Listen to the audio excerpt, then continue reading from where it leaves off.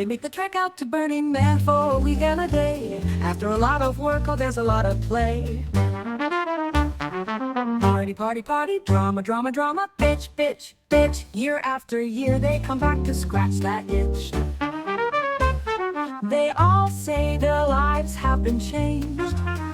After many years, lives have been rearranged. That change is what this show is all about. You'll see the impact of Burning Man up and out. So sit back, relax, and cancel all your plans.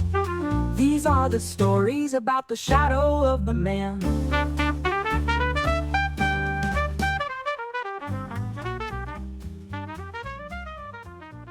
Hello, and welcome to The Shadow of the Man. I'm your host, Andy. What? That Andy.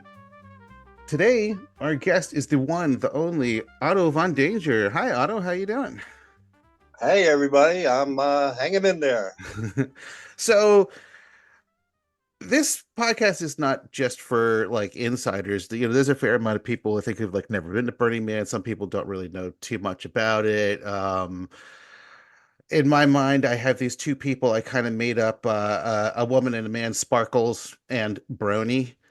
And you know, they've never been to Burning Man.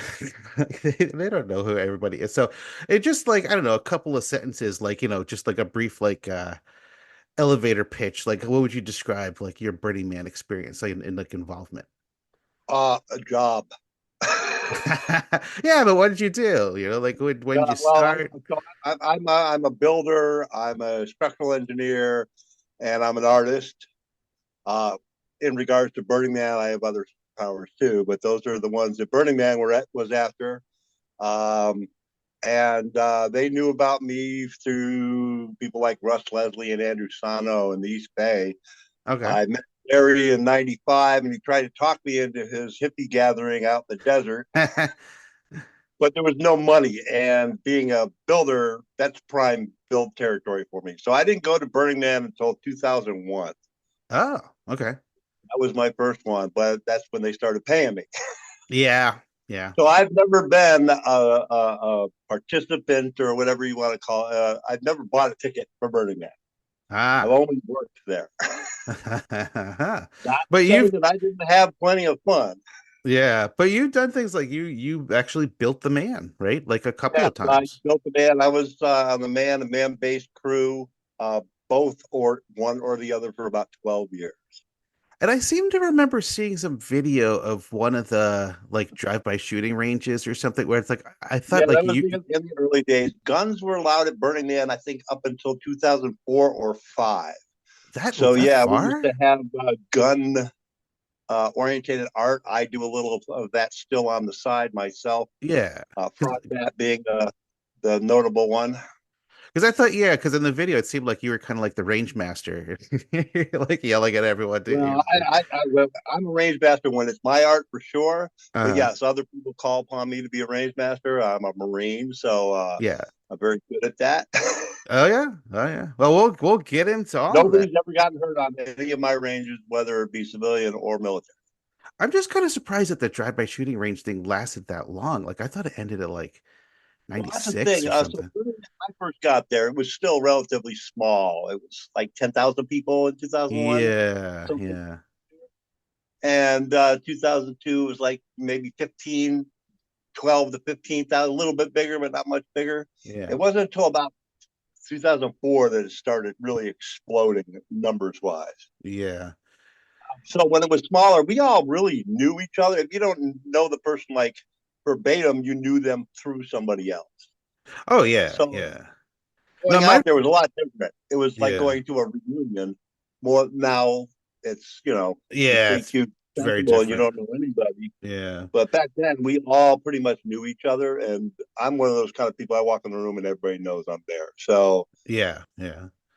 Yeah, no, um, my first year was 96 and I was living in San Francisco. It was the same thing, just like word of mouth, like friends who was like, you know, my one friend Sharon, just like it's a British, like black British woman was like, it's like you have to get a Burning Man, it's brilliant. You know, it's like what? And I didn't even know like what it was. You know, like we just like they said in the podcast before, it's like, you know, I just got like a photocopy of the survival guide and we basically just read the directions part and not even entirely. We're like, me and my brother. It was like, let's just go. Didn't know what it was, but that was incredible. But anyway, it's not about me. This is about you. So, yes, this is the Otto Von Danger show. So, where does it all begin with Otto? Hi, Norway in 1967. Oh, really? So you're Yeah, I'm actually, one of those immigrants they want to put in a camp. how do you build a wall with Norway? Just joking. Well, I got here because my mother remarried an American, came here in '75. That's why Uh, I have no accent. I was a little kid still. yeah, yeah. Uh, So, where'd you move to? Where'd you grow up? so, well, like I said, at the beginning of my childhood, my I guess you call it toddler ages were in Norway. Okay. But by the time I was 6, I lived in Greece for a summer, lived Really? in Italy for about 8 months, lived in England for a year, and then it was off to Queens, New York. Queens. Uh-huh.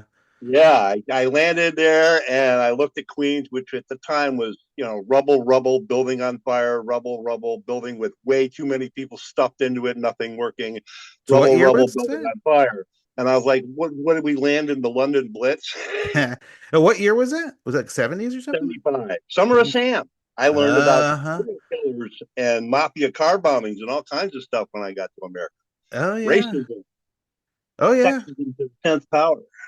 Yeah, yeah, yeah. No, I grew up in New Jersey. I was born in 71, so it's like, yeah, same area, same time. Yeah, you Yeah. remember how hot it was that summer then. Oh God, yeah. I was like 4 years old, but Yeah, oh yeah. I'd been in Greece and Italy, and I was like, "What the heck? What's going on? America's not supposed to be this hot." And you landed Queens. Wow. All right. Yeah, I lived in Queens only for like a year or two, and then it was off to Brooklyn, which isn't too far. Okay. And then my later teenagehoods, we moved upstate to Rochester, Oh, all right. which Yeah. wasn't much different, by the way. Oh, really? Yeah, Well, Rochester, and Queens and Brooklyn are pretty much, besides Queens and Brooklyn being in next to all those other cities, there's no difference. The yeah. racism, Oh, the yeah, yeah. Well, it's different upstate, so neighborhoods yeah. had different kinds of people, and if you weren't one of those kinds of people, unless you were a Viking, you didn't go Yeah. there.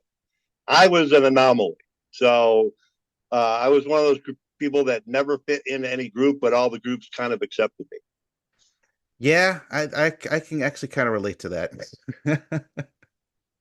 They can like go anywhere, just walk in, people can like give you the nod and like, oh hey brother, you belong here. And you're like, But yeah, well, it helps being, a 6'4", 250-pound Viking.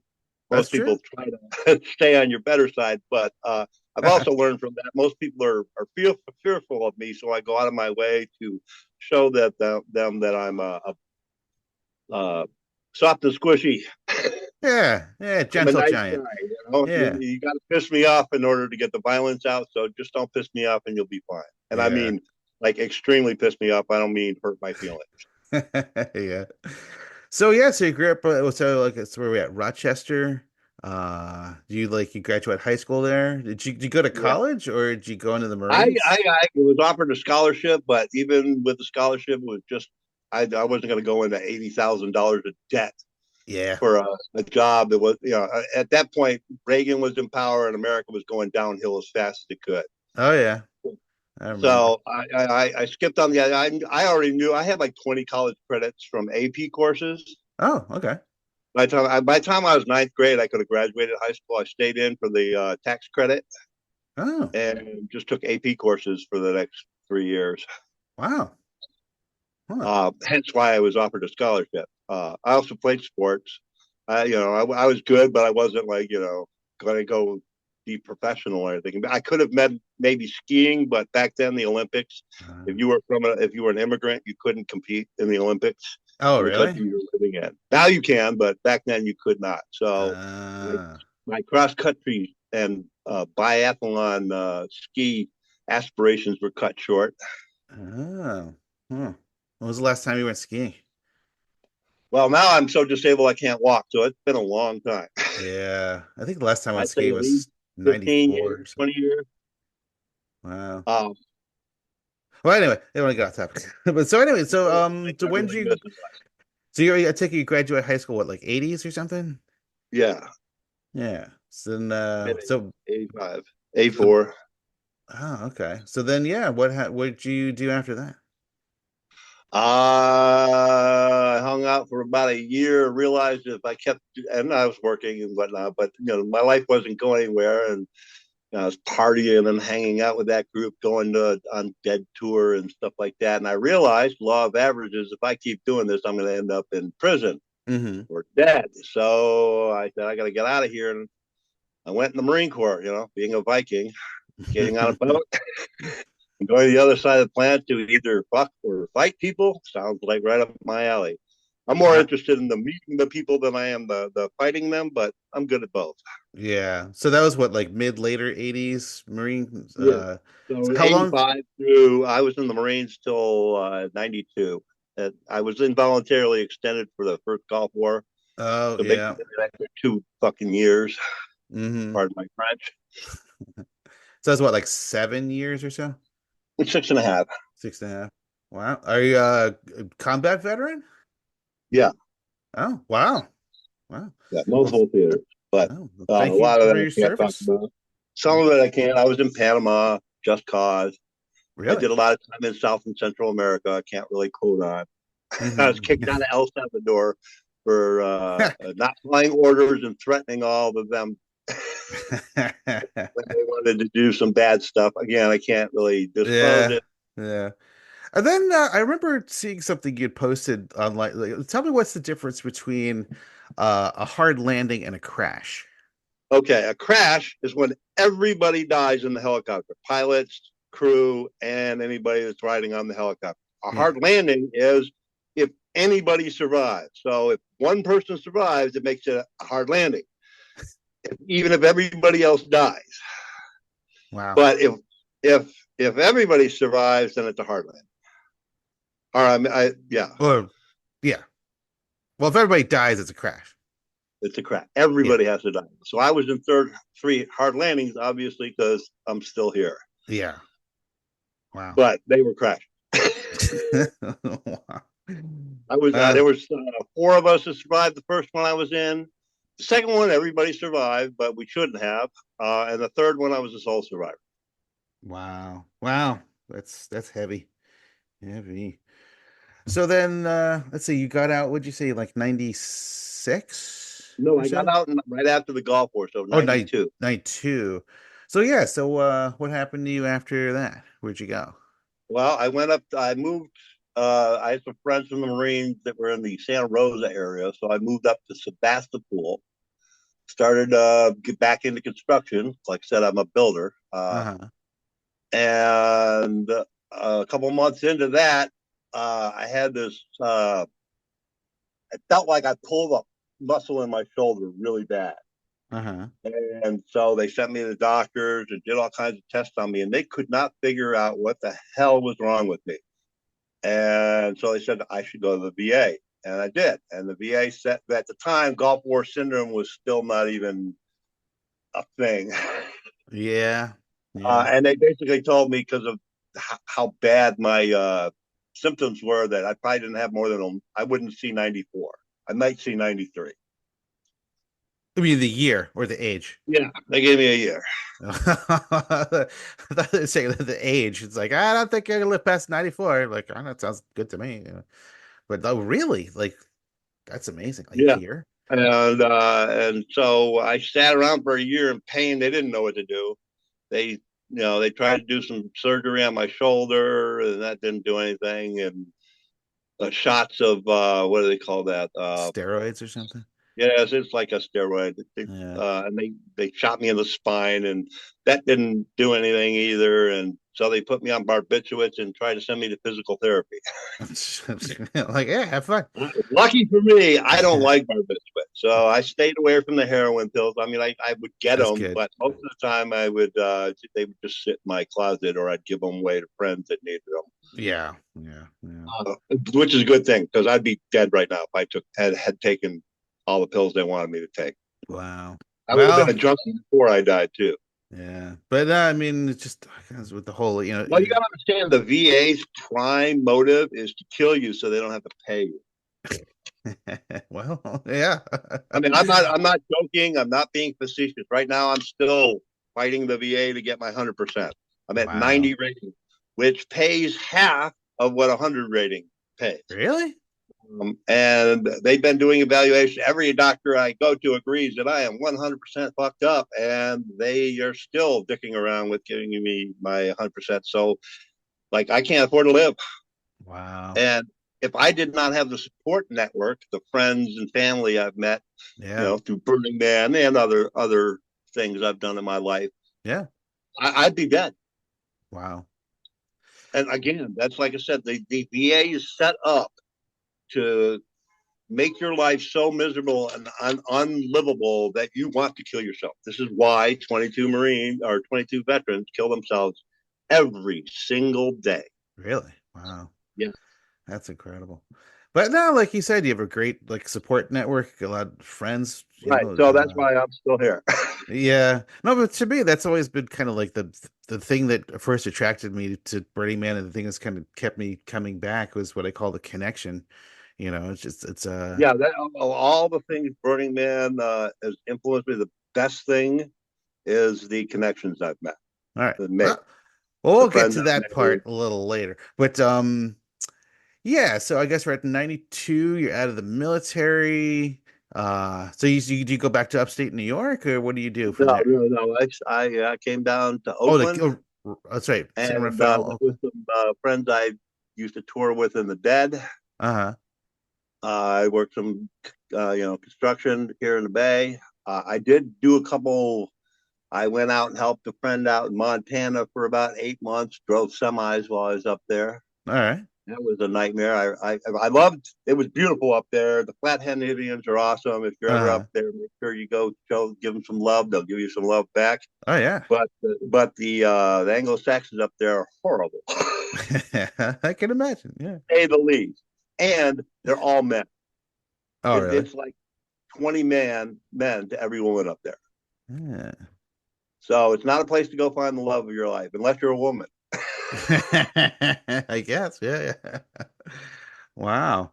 And then so then how did you meet like the Birdie Man? Like how the Birdie Man the circle kind of like Well, like I said, I was intersect? working construction and I knew people like Andrew Sanu and Russ Leslie, and I was building shit out on the Berkeley piers and setting it on fire. Burning Rat was one. Oh. Um, and or Flaming Rat, I forget what we named it. But anyways, we just like constructed it, set it on fire, booked, watched the fire department response. Anyways, word got out that I build crazy shit. And so I was introduced to Larry on a fake weed deal. And the whole time he wasn't interested in the weed. I mean, he smoked it, but he wasn't interested in setting up any deal. He was interested in the building I did and was trying to talk me into coming out of this thing called Burning Man. Well, maybe he should have bought more weed from you, and then he would have gotten you out there earlier. Well, I wasn't really a weed seller. I mean, Yeah, I would help a friend out if they were short. yeah, yeah. So yeah, all right. Well, I guess this kind of brings us up into your Burning Man era, right? So 2001. You've basically been staffed the entire time, right? You never bought a Yep. ticket? Never bought a ticket. Yeah. Yeah, I actually went back this year as the first time in like 13 years, and I was thinking about it, and actually I bought a ticket, and I was like, when was the last time I actually bought a ticket? Like, yeah, yeah, I couldn't even remember. I was like, I think like 2003 or something. Like, I don't know. Like, I mean, anyway. So yeah, so We used to have a joke. $200 changed my life. yeah, yeah. Well, that's kind of Because what this show is all kids come in about. and they buy like the tickets were like $200 back then, Oh and yeah, or yeah, 180 or whatever. yeah. And they'd come in and they'd have that experience, and then they'd want to be part of it, and not just their theme camp, or why they want to be part of the order. Oh yeah. Oh yeah.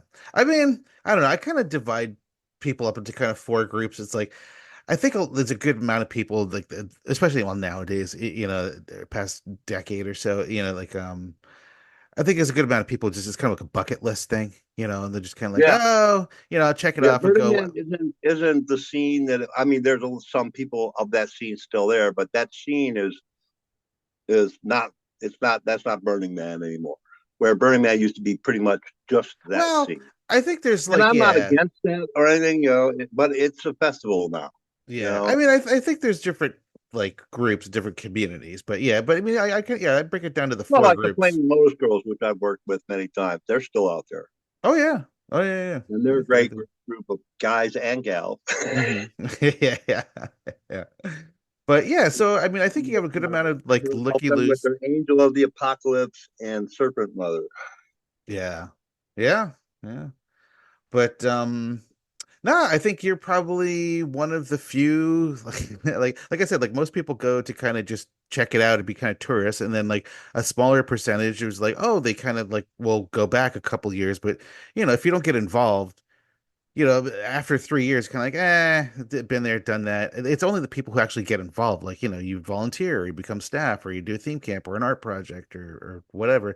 Like those are the people tend to kind of go for longer.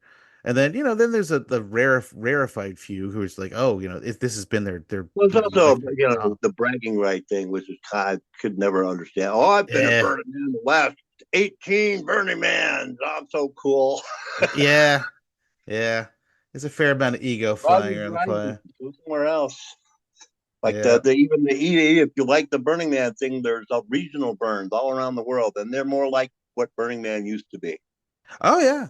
Oh yeah. Well, for me, like the magic is like the interpersonal interactions, like it's the connections, and like you get that more. I don't know, a more quality experience. I don't know what the word is, but like in a Well, I mean, smaller everybody's going to setting. have a different experience, according to who they're with and what's going on at that particular time. Yeah. Whether you're the bigger, full Burning Man or one of the smaller regionals. Hmm. So it's hard to say, well, this is good for that and that's good for that. You can find both in both. It's just, your chances at Burning Man, eh, because it's so much bigger, of running into something Yeah.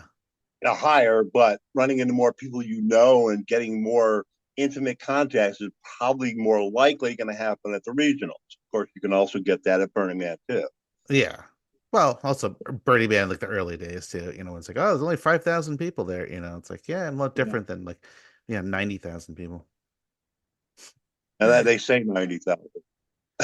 It's probably 15,000 on top of that of just people that are affiliated with you or whether they actually work or not.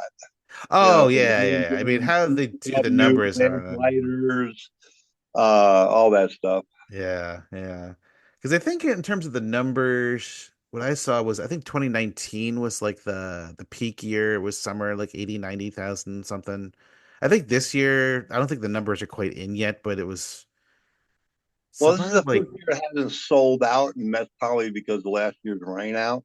yeah, yeah. I'm sure that not that it went successfully this year, that it'll be sold out again next year. Yeah, well, no, I mean the weather was fantastic. I mean it was perfect. I mean during the days it was like 85. The hottest it was like 95, and like at night it was like 55. It was beautiful. There was like only one whiteout like in the middle of the week, and that wasn't Oh, even that long. And like the whole rest of the time, it was just kind of just like nice, not too hot, not no, not. that's like the exact opposite of every one of my Burning Man experiences. Yeah.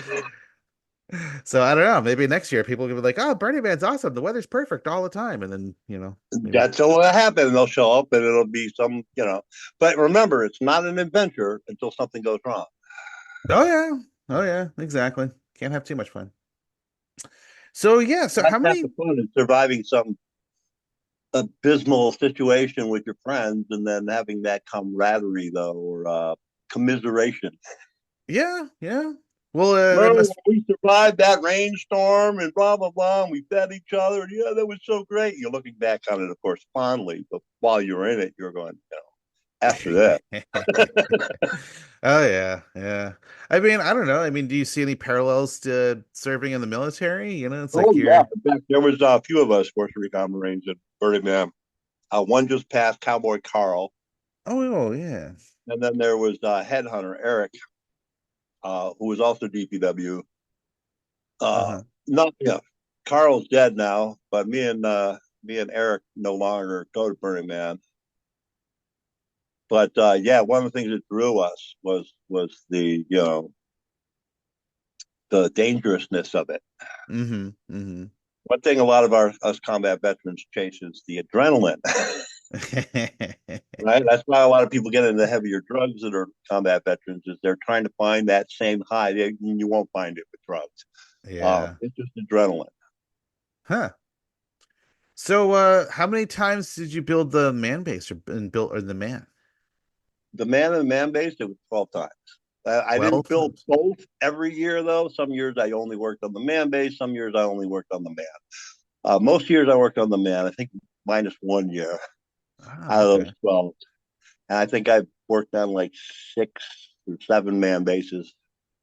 And so, how long would you be up there on the playa for each year? I would go up to build the man at the end of June Is it and like pretty up at much the be up ranch though? there until October. October. Wow. And so, were you actually? We weren't like just on the playa the whole time, right? Though you weren't like up at the No, ranch or no, no.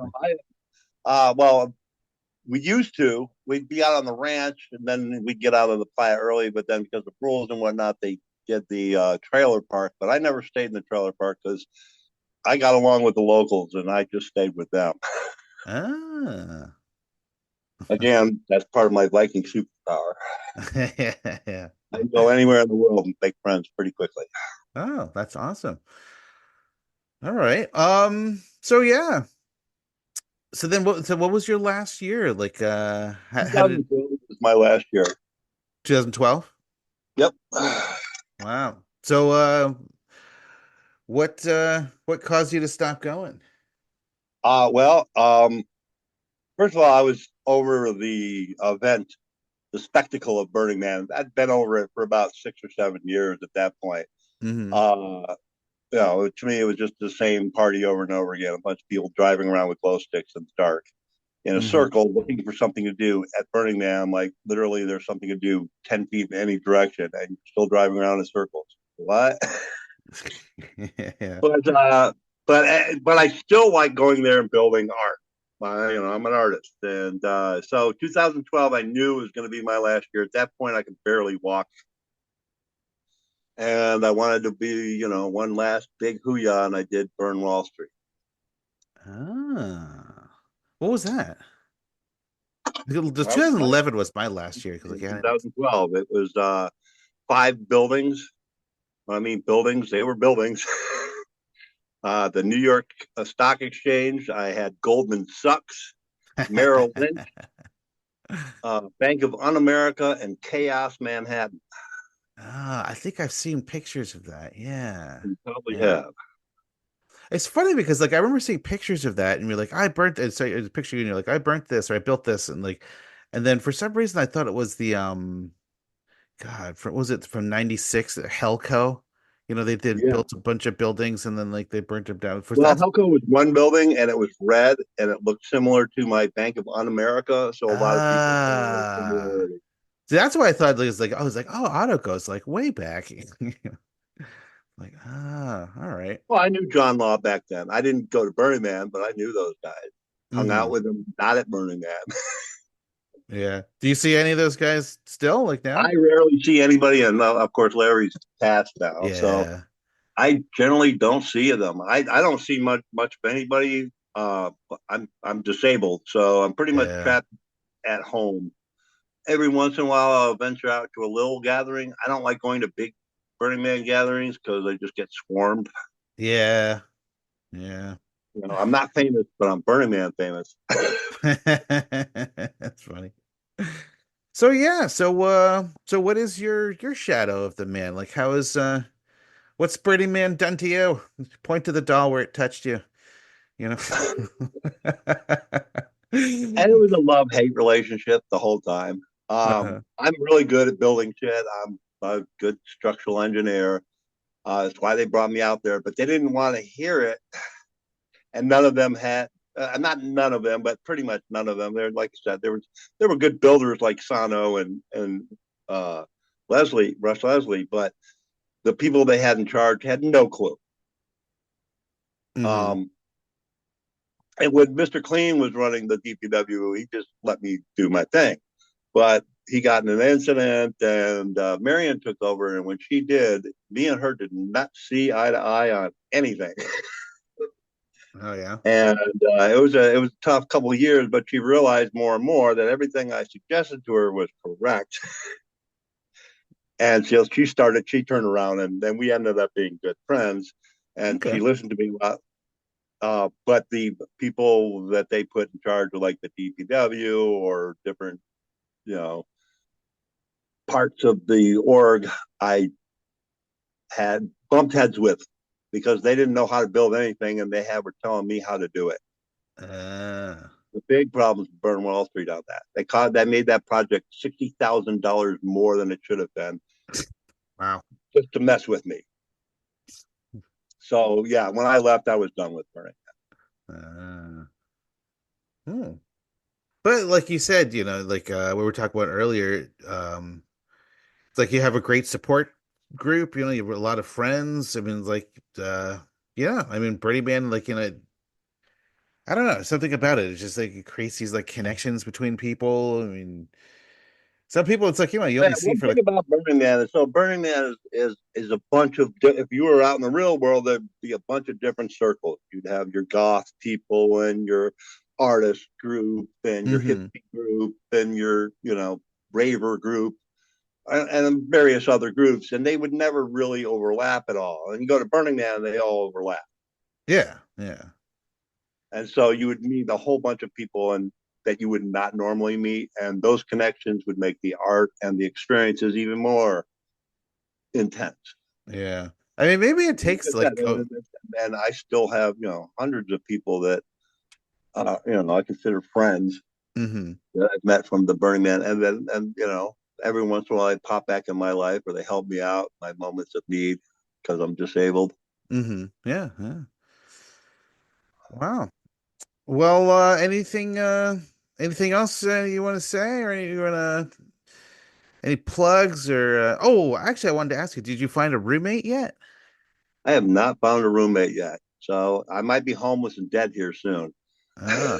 Well, talk about I'm that. in the Like middle of, maybe like I said, I'm in the middle of trying to get this 100%, and it's been going on for about a year now on all these uh evals. Apparently, the Biden administration privatized the VA valve system, so it is a total clusterfuck nightmare right now.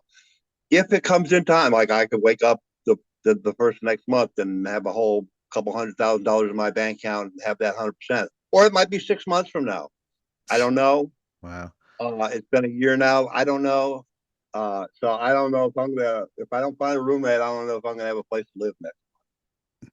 So how can people get in touch with you? Like, say someone's listening to this and is like, I'll be your roommate. Uh, they could contact me at Otto Ewen, EWEN. That's OTTOEWEN at yahoo.com is my email. Okay. Or I'm on Instagram as Otto Danger. All right. I'm pretty much blocked from most social media because I'm anti-Nazi and Yeah. I remember like when you were on what do you Facebook. got? X run by Oh, Nazi fucking Elon Musk, and then you have uh, Facebook that's run by Zionist Zuckerberg. Nazi. What's his name? Robot Zuckerberg. Boy. Yeah. So they hate people that stand up against violence and evil because they're violent and evil. Yeah. So like I'm blocked from Facebook and X, but it's not a big drain. I'm still on Instagram. They mess with me. Like right now, I can't make comments. They try to say I was a spam bot the other day and block me, and I proved that I was a human being. And I'm like, why are you even trying to do this? And so we live in a world where disinformation is king and information is censored. hmm So just to be clear, the whole you said like there you have you at 90%, but need to be at 100. So does that mean like It's okay. 100%? The percentages are kind of weird. Let's call it a 90 rating.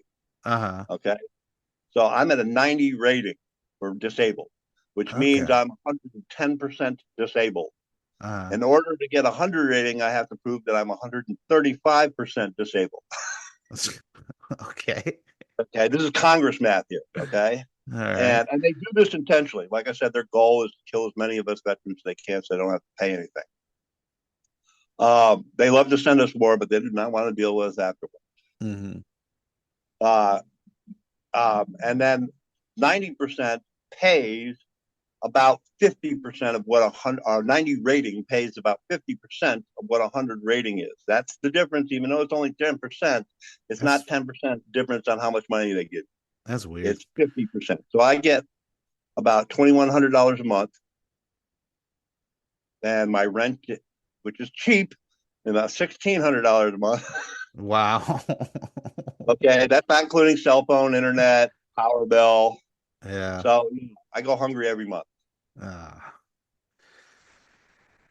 Well, like you said, it's like you have a lot of friends that could support, like Yeah. we'll be there for you, help you out. Hopefully you'll Well, hopefully I get this 100%. I'll be able to go back to helping other people out. yeah. Well, hopefully you'll get a roommate soon too, right? Did you say Well, my plans are if I get this 100%, I am leaving America. Oh, really? I'm Where are you done gonna with go? it. It's a fourth world shithole country. I'm just done with it.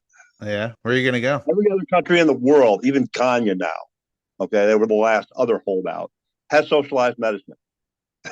Yeah. Every country in the world, which makes America a fourth world country. Mm-hmm. Yeah. And we don't do anything to help our own people. All we do is spend money on police to harm our own people or imprison them and make them slaves, because that is the way slavery is still legal here in America, and do wars to steal other people's resources. Yeah. There's So no where freedom here. yeah. Well, where do you think you'll move You to? want to go to a free country, go to Norway or Iceland or even Germany or France is better than here. You still have citizenship in Norway? No, but I could get it back, but not till I get my 100% because I'm disabled. They would be taking me on as maybe they would, but they definitely would take me once I have my 100% because I'll be pulling in enough money that I won't be a drain on their system. All right. Well, And so that's hope- my intent: is to go hopefully back that'll home, work out. You still speak Norwegian, or were you? there, and never come back to the shithole again. Yeah. Do you speak Norwegian? No, not anymore. I'm working on getting it back. We got to remember I was a little kid, so I knew freight. My Yeah. vocabulary was very limited, so I'm working on getting it back. I know a lot of Old Norse because I practice. I'm a Viking. I practice Ambikai. I practice the old ways. Okay. So I do know some of the language, the older version of the language, the one that nobody speaks anymore, unless you're in Yeah. a ceremony. You're gonna show up. People are like, "Where's this guy? He just came from out of time or something." Exactly. I am. I'm a fluke. Well, you are a Burning Man treasure. I was gonna say national treasure, but maybe a Black Rock treasure. And no, I mean, one of the reasons why I do this podcast is like I mean, I originally started it because like I thought I knew, like, I mean, I have a bunch of friends who are burners who've done amazing things, and it's like I thought I knew them. It's like no, there's always more to the story, and I don't know. There's this whole concept of like the shadow of the man. It's like Burning Man does change people. I mean, they have the one thing people always say is like, "Oh, Burning Man changed me." The one common thing everybody says like, "Oh, it's changed me, it's changed me." But I'm like, okay, after like 10, 20, 30 years, what exactly does that mean? You know? And Yeah. it's not the same. Like everyone has their And would unique that story. change have happened with or without Burning Man too? Oh yeah, yeah, yeah. No, there's some people at regionals who've never even been to Black Rock City, and like they're burners. Yeah. Yep. Yeah. I mean, I guess now it's kind So I of got to tell you, one last thing I add. My favorite thing sure. that I built out of Burning Man was not Burn Wall Street, was not the man or the Uh-huh. Crude Awakening or any of the major pieces I worked on. It was a chair I built in 2011. Oh, I I've figured I was seen. going to take it off here and just build something I could do in a week. And I built a 35-foot tall, basically lawn chair. And it had carrying rudders under it, like the Egyptian pharaohs. Oh yeah. And I call it the hippie raver powered lawn chair. And it was sitting at dusk pitch, which I think was like 8 o'clock at that year, somewhere at 7:30, 8 o'clock ish. Okay. And we just sit on that chair the whole time. having a great time. He made the cover of some magazine, and Oh, I've definitely seen pictures of that. Yeah. Did you need yeah, to look a that was ladder the to get first up thing it? I built. It didn't take so long. It wasn't less. It was it was less than 10 grand. It was Uh-huh. and it was super fun, and I didn't have to kill myself to do it, Yeah. and everybody loved it. Yeah. Well, sometimes like some of the best art is just like some of the more simple things. Yep.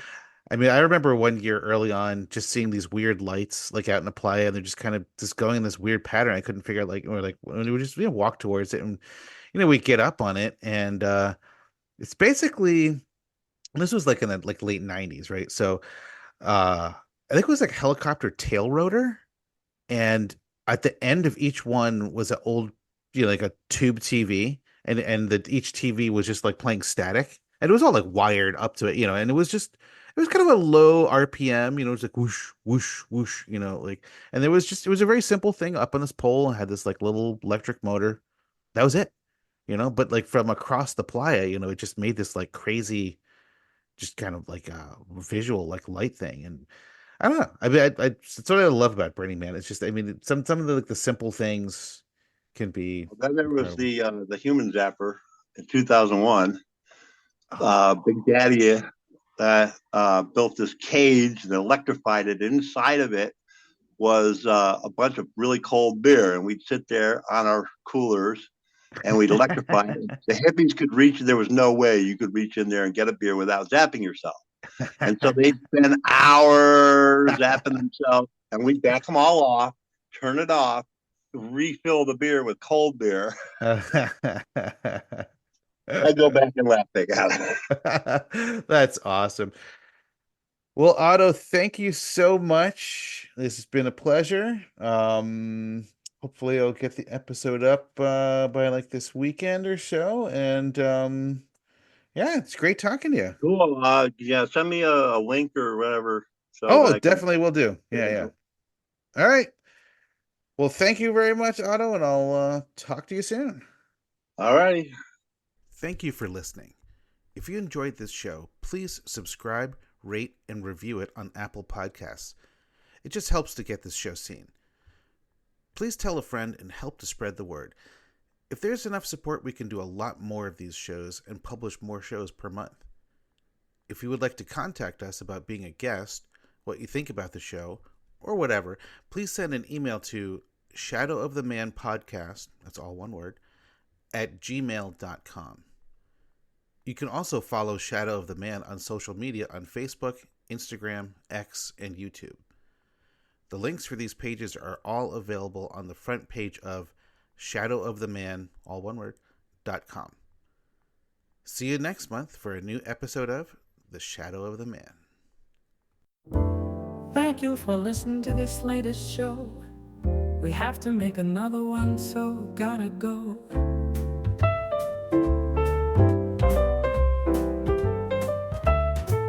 Don't worry, for next month we already have one in the can.